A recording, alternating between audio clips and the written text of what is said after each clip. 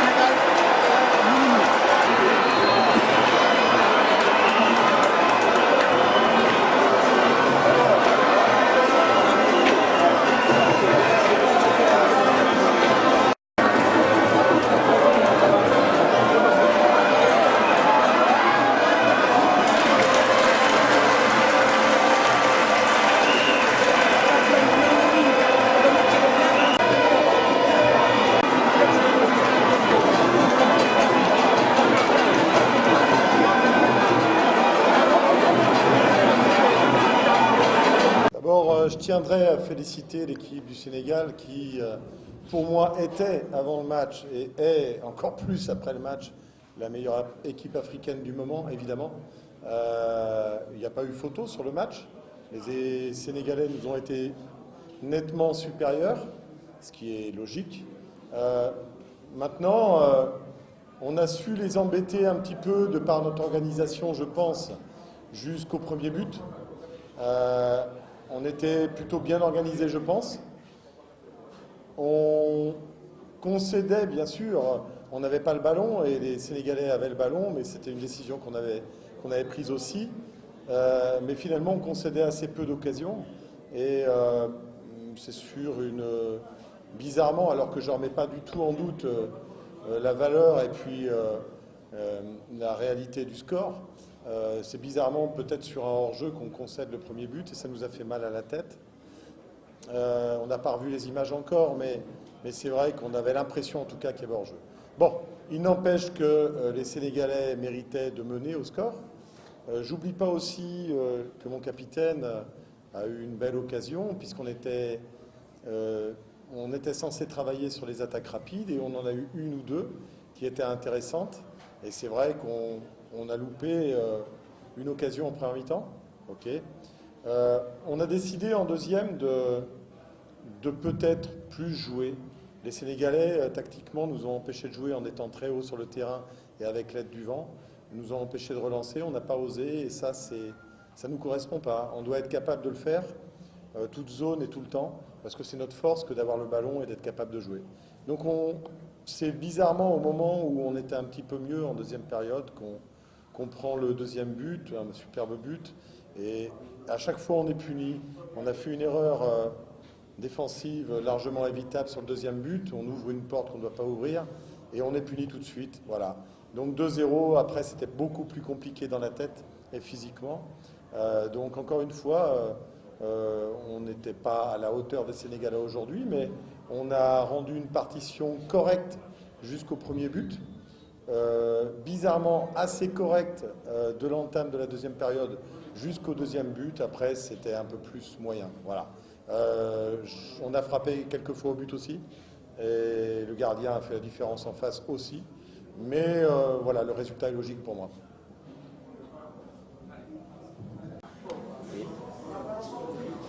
C'est pas grave. Après, je pense que les Sénégalais aussi, ils nous connaissent maintenant. Donc, ils sont très sérieux. Et encore une fois, c'est le talent individuel qui fait la différence. Parce que quand les gens peuvent essayer de partir en bas, il arrive tout le temps à trouver un milieu qui est tout seul, soit par une dribble. Donc, quand il est par une dribble au milieu de terrain, il y a tout le temps un décalage. Donc, c'est à nous de trouver toutes ces solutions-là. On a un mois encore avant la CAN, donc 3 mois, mais bon, on va avoir un mois ensemble le 31 mai.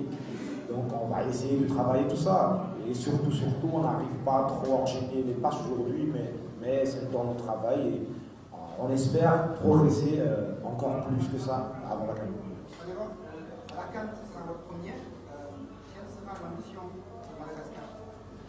Non, déjà, on est très content d'être à la CAN. Après, on va essayer de travailler, on va essayer de tout donner, on va essayer de mouiller le maillot pour le pays. Et les résultats, après, on prend, c'est ce qu'on prend. Mais bon, dans l'esprit, c'est de tout donner et ne rien regretter en fait. Nous, on va tout donner. Et pour ne pas regretter après, si on peut faire quelque chose, on n'a pas tout donné, donc on va essayer de mouiller le maillot pour le pays. Ouais, je disais que ce soit Crépin, que ce soit l'ensemble de l'équipe, je suis très satisfait de la prestation de cet après-midi. Nous allons continuer à travailler.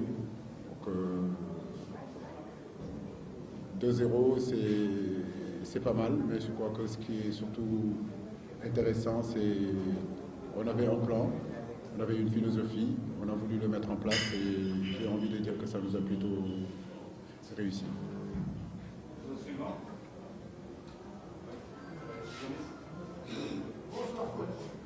Bonsoir. Félicitations, merci. Gomis. Vous menez par 2 buts à 0. Vous amenez Alfred Ndiaye. alors que sur votre banc, sur le banc, vous avez des joueurs qui peuvent apporter la fluidité dans le jeu du Sénégal, au milieu du terrain. Est-ce qu'on peut comprendre ce changement? Deuxièmement, il y a la position de Pape Alioune Pam, qui était tout près, très près de la défense. Qu'est-ce qu'il explique? Est-ce que ce sont vos consignes ou bien c'est ce que je voulais savoir? Merci. Merci Gomis. Oui, dans ce système de 4-3-3, comme vous le savez, c'est un système qui est constitué de triangles. Et ce que j'avais demandé à Pape Alioune, c'est qu'il soit dans le plus complice avec le triangle du bas, c'est-à-dire avec Sané, Koulibaly et bien sûr Pape Alioune Ndiaye pour nous permettre de sortir les ballons. On l'a très bien fait en première période. En début de seconde période, ça a été un peu plus compliqué parce qu'ils ont joué avec deux attaquants. Donc il a fallu qu'ils s'intercalent entre les deux axes pour pouvoir nous donner un peu plus la possibilité de sortir les ballons. C'est la raison qui a fait qu'il a été très proche. Donc ça c'est sur le plan offensif. Sur le plan défensif, c'est vrai qu'en mettant nos latéraux très hauts, il fallait qu'il s'occupe de l'équilibre de l'équipe et c'est ce qu'il a su très bien faire. Crépin, il a beaucoup donné en première période. En deuxième période, il était un petit peu émoussé, un petit peu fatigué. Donc on a préféré apporter Alfred Ndiaye qui remplacerait Pape Alioune en tant que sentinelle et faire avancer Pape Alioune dans notre jeu.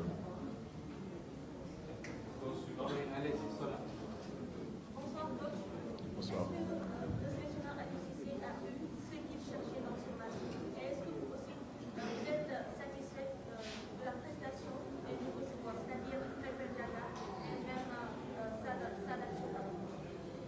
Dans le football, il y a toujours des choses à régler, il y a toujours des choses à ajuster. Mais j'ai envie de dire que dans l'ensemble du match, on a fait quand même de très belles choses.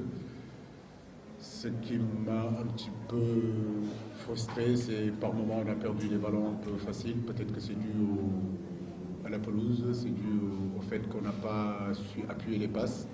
Mais en réalité, chaque fois qu'on a été juste techniquement, on a pu maîtriser, on a pu contrôler le match. Je pense que ça a été un match quasiment bien abouti. Maintenant, nous devons continuer à travailler. Il y a eu des erreurs qu'on a fait, il y a eu des pertes de balles aussi qu'on a fait, qui nous a mis un petit peu en difficulté. Donc ce sont ces petits détails-là qu'il faut effacer dans notre jeu. Si vous me posez la question sur Crépin Diatta, je dirais que c'est surtout l'équipe qui compte, l'équipe du Sénégal. Et aujourd'hui, on a vu une prestation collective quand même assez intéressante. Mais bon, comme je dis, nous allons continuer à travailler parce qu'à la CAN, il y a des erreurs que nous avons fait aujourd'hui, il faut les éviter. Parce que sinon, en face, peut-être qu'il y aura une équipe mieux outillée que Madagascar, on risque de les payer cash. Mais je crois que dans l'ensemble, je suis satisfait de mes garçons, de leur état d'esprit, du travail qu'ils ont accompli aujourd'hui. Mais comme je vous l'ai dit, il y a encore un match mardi. Ça sera un match plus compliqué que ce match d'aujourd'hui parce que le Mali, c'est très costaud. Ça nous permettra de donner du temps de jeu aux autres joueurs. C'est une question qu'on me pose tout le temps, notamment depuis une semaine. Je vous ai toujours dit que l'ossature du groupe est là. Maintenant, comme vous le savez, dans le football, les choses vont vite. On est au mois de mars, fin mars. Il y a le mois d'avril, il y a le mois de mai qui va s'approcher aussi. D'ici là, j'espère que nos joueurs seront en forme et qu'il n'y aura pas de blessures. Mais j'ai envie de dire que l'ossature du groupe qui doit aller à la CAN est quand même là. Mais comme je vous le dis, dans le football, il y a beaucoup de choses. Il y a des méformes, il y a des blessures. Il y a aussi des révélations. Il y aura des joueurs peut-être qui vont exploser d'ici le mois de juin. Donc, on peut parier de rien, on ne peut pas parler de certitude dans le football. Rien n'est certain dans ce football-là.